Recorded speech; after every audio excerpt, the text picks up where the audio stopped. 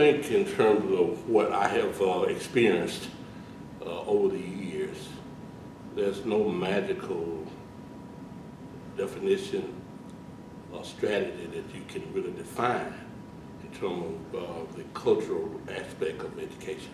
What I have learned in terms of students and what they really want from us is two things. They want us to show them that we care about them,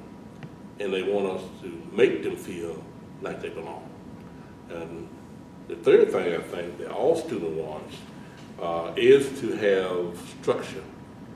in the classroom and structure in their lives. So I think if we can, let's implement those strategies in everything we do every day with our students,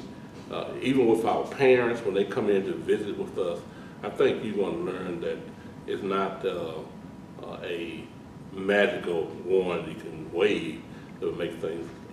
happen for students in the classroom.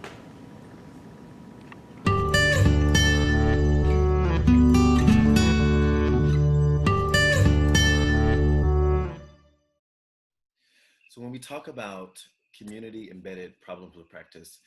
aka internships, I think that they are absolutely vital to pushing the focus when it comes to the community, because I would not have known, I wouldn't know exactly what the heartbeat of the community was had there not been that piece in terms of either being able to serve as an intern or at least attending those types of settings, just because as professionals, on one end, we're so busy, we're bombarded with tons of different things. As an intern, I'm able to take those things off. I'm able to take off the expectations of a professional, still a leader, but the internship opportunity provides me to go in with fresh eyes, with fresh ears, and even from a position of learning, I'm able to gain more in terms of what the community actually needs, the degree to which it's under-resourced, which is why I think interns are amazing, just because the need is great. However, a lot of times we don't tend to have the resources able to meet the need, but internships and having persons that are able to fill those particular positions, I find are an incredibly creative way of meeting the need. And so I think that it is absolutely, again, just vital when it comes to teachers and teacher education, because I often find that teachers in the classroom are incredibly inundated with trying to manage the classroom, with trying to provide the lesson, trying to stay on task with the different benchmarks that are set district-wide. However, the internship and allowing me to serve alongside teachers tend to alleviate some of, I won't call it the stress, but just the heaviness of providing that particular, providing quality instruction to the students. Without the internship piece, I don't think that's something that I would have gained insight into.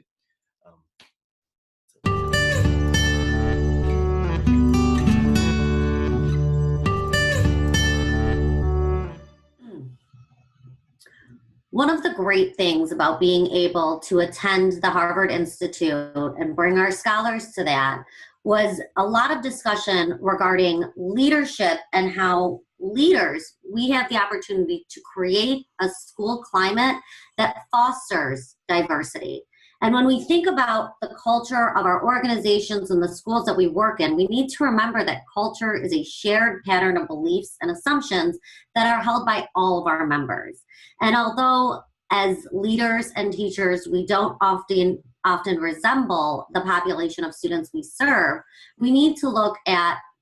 creating a culture that's responsive to not just our classroom culture, our students' culture, but as well as the adults and staff culture that are within our school organizations. And additionally, we need to be cognizant of the external culture of our neighborhoods and districts. What was so wonderful about the Harvard Institute is it reminded us that leaders have special keys to help creating that culture within our organization so that we have members that have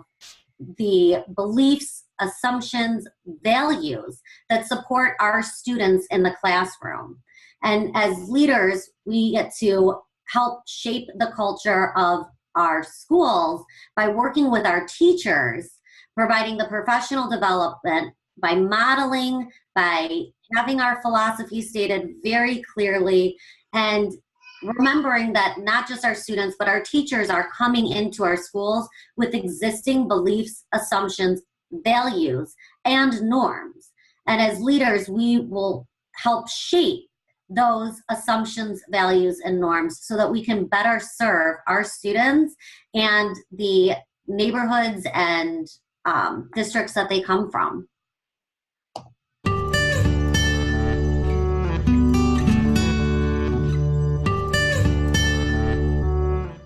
Attending national and state conferences is really beneficial to helping me become a culturally responsive educator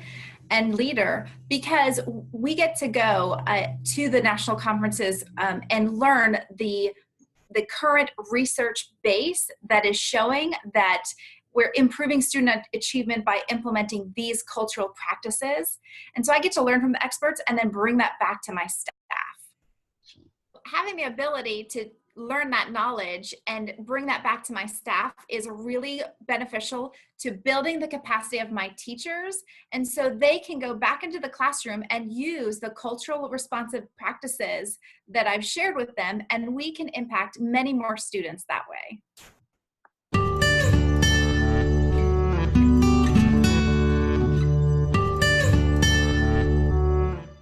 Culturally responsive leader means to be able to understand all of your constituents, not only just your students, not only just your teachers, your parents, but you have to understand your community as a whole. It's extremely important that you're able to connect to all stakeholders so that everyone feels that you are buying in and they are buying in to what your mission and your vision is in regards to student education, teacher preparation, and retention.